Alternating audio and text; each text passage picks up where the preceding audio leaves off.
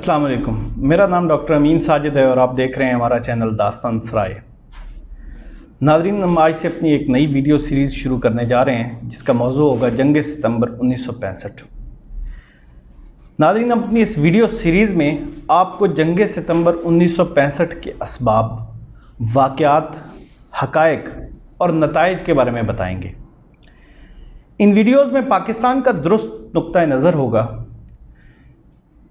ये वो तारीख़ नहीं होगी जो मुतालिया पाकिस्तान में आपने पढ़ी और जहाँ सब अच्छा की रिपोर्ट दी गई, लेकिन ये वो तारीख़ भी नहीं होगी जो भारतीय प्रोपेगेंडा मशीनरी के मन घड़त झूठ से मुतासिर हो, बल्कि ये गहरी और वसी तहकीक से अखज़ करदा सच्चाई पर मबनी मुस्तनद तारीख़ होगी।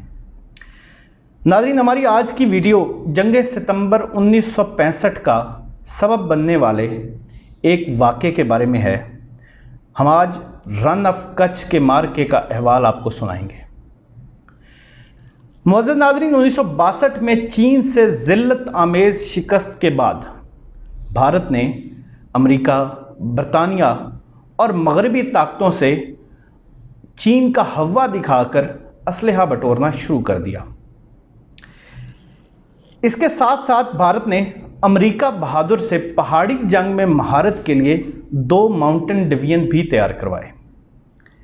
इस कदर असलहा जमा करने के बाद उसको आजमाना भी ज़रूरी ठहरा और उसके लिए चीन से दोबारा पंगा लेने की जुर्रत तो भारतीय बनिया आए रोज़ मार खाने के बावजूद आज तक नहीं कर पाया। तब तो ज़ख्म गहरे भी थे और ताज़ा भी। नाज़रीन, चीन के हाथों ज़िल्लत आमेज़ शिकस्त ने भारतीय अफवाज और अवाम के हौसलों और जज्बों की कमर तोड़ कर रख दी थी। ऐसे में जब असलहा जमा हो चुका तो कागजी आदाद व शुमार में निहायत कमज़ोर दुश्मन यानी पाकिस्तान के नाम का कुरा निकला और कहानी यूं शुरू हुई कि भारतीय मंसूबा साजों में से किसी ज़हीन व फ़तीन का दिमाग दूर की कौड़ी लाया और फैसला साजों को रन ऑफ कच्छ का मुतनाज़ा इलाका जा दिखाया, जहां पाकिस्तानी जानिब दिफाई इंतज़ामात ना होने के बायस बासानी फतह के झंडे गाड़े जा सकते थे। कहानी को शुरू करने से कबल नाज़रीन की दिलचस्पी के लिए मुख्तसरन रन ऑफ कच्छ के बारे में कुछ बताना ठीक रहेगा कि रन ऑफ कच्छ क्या है और रन ऑफ कच्छ का तनाज़ा क्या है। नाज़रीन, रन ऑफ कच्छ भारतीय रियासत गुजरात और पाकिस्तानी सिंध के बॉर्डर पर सहराए थर का इलाका है जो बहरा अरब के किनारे एक डेल्टाई खित्ता ज़मीन है। ये एक दलदली इलाका है। इस इलाके की फ़ौजी एतबार से कोई ख़ास अहमियत नहीं है, लेकिन मुआशी एतबार से ये इंतहाई अहम इलाका है। इस इलाके को एक एक्सक्लूसिव इकनॉमिक जोन का दर्जा दिया जा सकता है। ये इलाका दोनों ममालिक के माही गिरों के लिए इंतहाई कशिश रखता है क्योंकि यहाँ बकसरत मछली पाई जाती है। इसके साथ साथ इस इलाके में तेल और गैस के वसी ज़खायर पाए जाने का इम्कान है जो कि इस कज़इये के बायस ताहाल दरियाफ्त नहीं हो सके। ये मामला सर क्रीक से मुताल्लिक है। क्रीक दरअसल खाड़ी को कहते हैं, खाड़ी या खलीज। यहाँ दरिया समंदर जो है वो खुश्की के अंदर तक आ जाता है।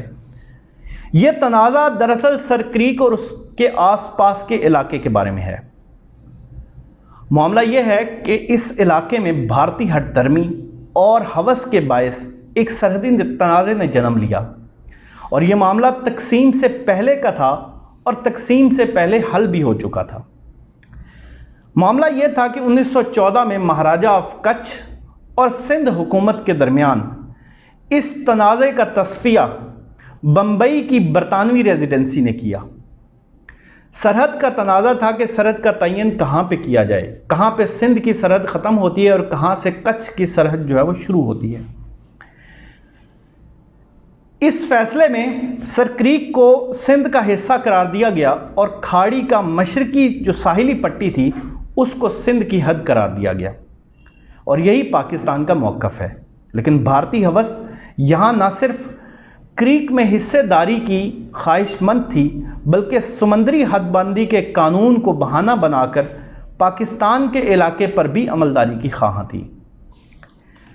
1956 में भारत ने यहाँ अपने तोसी पसंदाना अज़ाइम का एक मुजाहरा किया और इस मुतनाज़ा इलाके पर कब्ज़ा कर लिया।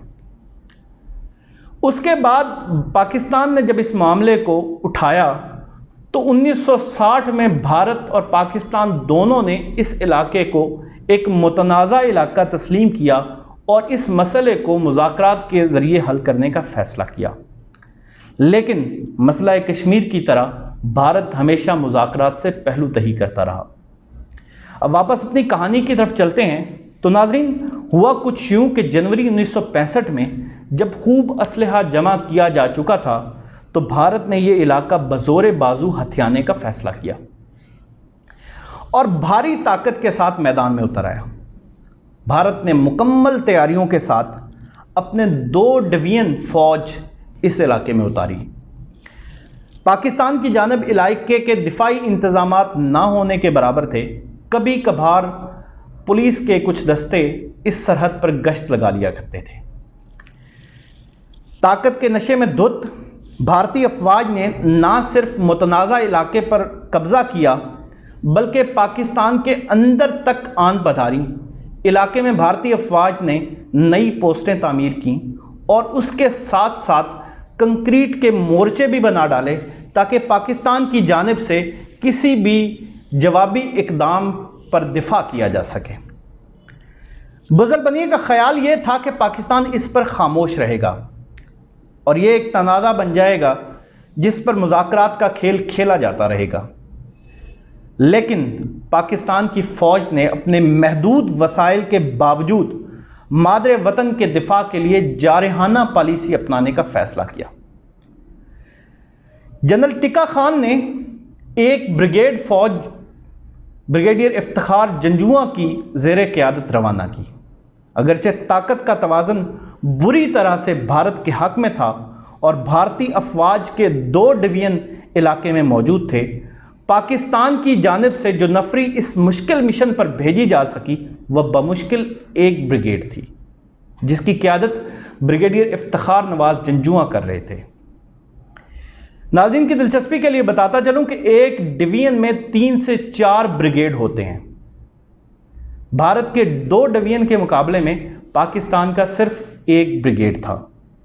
नाज़रीन, क़याम पाकिस्तान के बाद भारत और पाकिस्तान की मुसल्लह रेगुलर अफवाज के दरमियान ये पहला टाकरा था। भारतीय अफवाज मुकम्मल तैयारी के साथ आई थी और उन्होंने सहराई इलाका होने की वजह से बड़े बड़े टैंकों में वसी पैमाने पर पानी के ज़खायर जमा कर लिए थे। मोर्चे कंक्रीट के बनाकर अपना दिफा मजबूत कर चुकी थी, नई पोस्टें बना चुकी थी। लेकिन यहाँ पाकिस्तान के बहादुर सपूतों ने अपने असलाफ की याद ताज़ा कर दी। मोहम्मद बिन कासिम और तारिक बिन ज़ियाद के जानशीनों ने एक दलेराना फ़ैसला किया। मादी, अस्करी और अफरादी क़ुव्वत के कमयाब वसाइल के बावजूद वो सीधे दुश्मन पर चढ़ दौड़े और भारतीय गुरूर को रौंदते चले गए। भारतीय टड्डी दल अफवाज अल्लाह अकबर के नारों के साथ किए गए इस दलेराना इकदाम की ताब न लाकर भाग खड़ी हुई। मैं यहाँ अगर ब्रिगेडियर इफ्तिखार नवाज़ जंजुआ के बारे में ना बताऊं तो ये ज़्यादती होगी। ब्रिगेडियर इफ्तिखार नवाज़ जंजुआ उस ब्रिगेड की क़यादत कर रहे थे जिसके ज़िम्मे ये मुश्किल मिशन लगाया गया था और बज़ाते खुद अपने सिपाह के हौसलों को महमीज़ देने के लिए अगले मोर्चों पर मौजूद थे। भारतीय अफवाज की पिस्पाई के बाद जब एक भारतीय फ़ौजी को गिरफ्तार करके लाया गया तो उसने पूछा कि आप कौन हैं। दरअसल नाज़रीन, मैदान जंग में फ़ौजी अपने ओहदों के बैज वगैरह नहीं लगाते ताकि पहचान ना हो सके। जब भारतीय फ़ौजी को यह बताया गया कि ये ब्रिगेडियर साहब हैं जो कमान कर रहे हैं तो वो बेसाख्ता बोल उठा कि इसीलिए तुम लोग जीत जाते हो, हमारे बड़े अफसर तो मैदान जंग के करीब भी नहीं जाते। नाज़रीन, इसके बाद जो हुआ वो पाकिस्तान SSG کمانڈوز کا پہلا امتحان تھا۔ اگلا مرحلہ نہایت مشکل تھا اور اس کے لیے ضروری تھا کہ بھارتی افواج کے پانی کے ذخائر اور دوسری کمک کو تباہ کر دیا جائے، اور اس کے لیے بھارتی فوج کے اجتماع کے بیچوں بیچ جانا پڑتا۔ یہ مشن وہاں موجود SSG کمانڈوز کے ذمہ لگایا گیا۔ رن آف کچھ کے فراموش کردہ ہیرو راجہ نادر پرویز، جو بعد میں فیصل آباد سے مشہور سیاستدان بنے اور 1971 میں اس سے پہلے جنگی قیدی بنے، اور فتح گڑھ کے کیمپ سے اپنے ساتھیوں کے ساتھ فرار ہو کر انہوں نے ایک تاریخ رقم کی تھی، وہ اس وقت وہاں موجود SSG کی ٹیم کا حصہ تھے۔ انہوں نے اپنے ساتھیوں کے ہمراہ بھارتی صف بندیوں کے پیچھے جا کر بھارتی علاقے کے اندر موجود بھارتی افواج کی سپلائی اور پانی کے ذخائر کو تباہ کر دیا۔ اس کارنامے پر میجر راجہ نادر پرویز کو ستارہ جرأت سے نوازا گیا۔ اس خودکشی کی حد تک دلیرانہ کارروائی نے بھارتی افواج کو بے دست و پا کر کے گھٹنوں بٹھا دیا اور وہ پسپائی پر مجبور ہو گئے۔ پاکستان کے پاس یہ موقع موجود تھا کہ وہ آگے بڑھ کر زیادہ سے زیادہ علاقے پر قبضہ کر لیتا، لیکن پاکستان کے ارباب اختیار نے اس کے برعکس فیصلہ کیا اور فوج کو آگے بڑھنے سے روک دیا۔ شکست خوردہ بھارت فوراً عالمی طاقتوں کے پاس مدد کے لیے پہنچا اور امن کی بھیک مانگی، جو عالمی دائرہ انصاف، برطانیہ اور امریکہ کی مداخلت پر عطا کر دی گئی، اور یوں یہ معاملہ عالمی عدالت انصاف میں جا پہنچا۔ لیکن مٹھی بھر سپاہیوں کے ہاتھوں برتر اسلحے اور زیادہ تعداد میں موجود بھارتی افواج کی اس ذلت آمیز شکست پر بھارتی وزیر اعظم لال بہادر شاستری نے گیدڑ بھبکی دی۔ اب ہم اپنی مرضی کا محاذ کھولیں گے، اور وہ محاذ تھا کشمیر، اور وجہ تھی بھارت کا اپنے ماؤنٹن ڈویژن پر غرور۔ رن آف کچھ کے مارکے کا تو اختتام ہوا، لیکن یہ مارکہ آنے والے دنوں میں جنگ ستمبر 1965 کا پیش خیمہ ثابت ہوا، کیونکہ بھارت کو اپنے ماتھے پر لگا رن آف کچھ کی شکست کا بدنما داغ صاف کر کے اپنی ہزیمت کی خفت کو کسی طرح کم کرنا تھا۔ ناظرین، رن آف کچھ کا مارکہ پاکستانی افواج کا ایک اعلیٰ ترین کارنامہ تھا، جس سے ہماری نئی نسل بالکل بے خبر ہے۔ ضرورت اس امر کی ہے کہ پاکستان کی نوجوان نسل کو اپنے اسلاف کے کارناموں کے بارے میں بتایا جائے، تاکہ وہ بڑے ہو کر محب وطن اور غیرت مند پاکستانی اور مسلمان بن سکیں۔ ناظرین، رن آف کچھ کے بعد کیا ہوا؟ آپریشن جبرالٹر کیا تھا؟ آپریشن گرینڈ سلیم میں کیا ہوا؟